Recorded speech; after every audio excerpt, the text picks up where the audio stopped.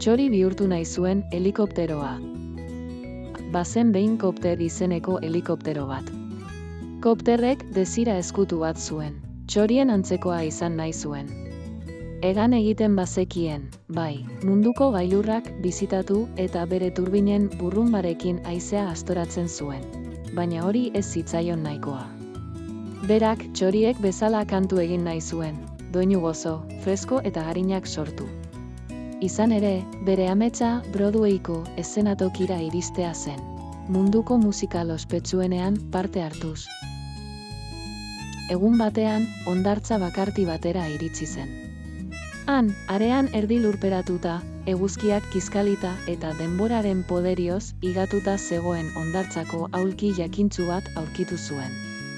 Kopterrek txoriek bezala kantatzeko zer egin zezakeen galdetu zionean honakoa erantzun zion. Ene lagun, gauza bakarra dago hegazkin bati hegazti doinua emateko.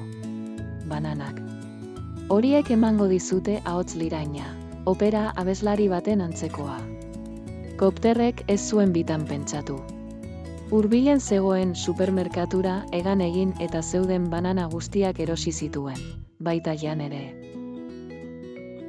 Hilabete komunera joan gabe egon ondoren eta abeslari kaskarra izaten jarraitzen zuela ikusita.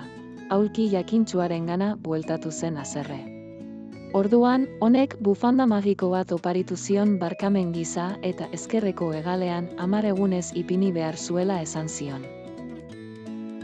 5 egun igaro ondoren, txorien antza hartzen hasi zen, baina ez kantu politagatik, ez. Hegal azpitik arrautzak irteten hasteagatik baizik. Izan ere, bufanda ezkerreko hegalean jantzi beharrean, eskumako hegalean jarri zuen, turbinaren aldamenean. Gauzak horrela. Helikoptero obiparoak musikalen munduari agur esan eta ostalaritza eskolara joatea erabaki zuen. Munduko tortillarik onena egiteko trebetasunak ikastera.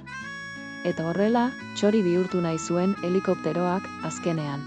Bere izpiritu artistikoa aurkitu zuen arrautza eta zartaginen artean.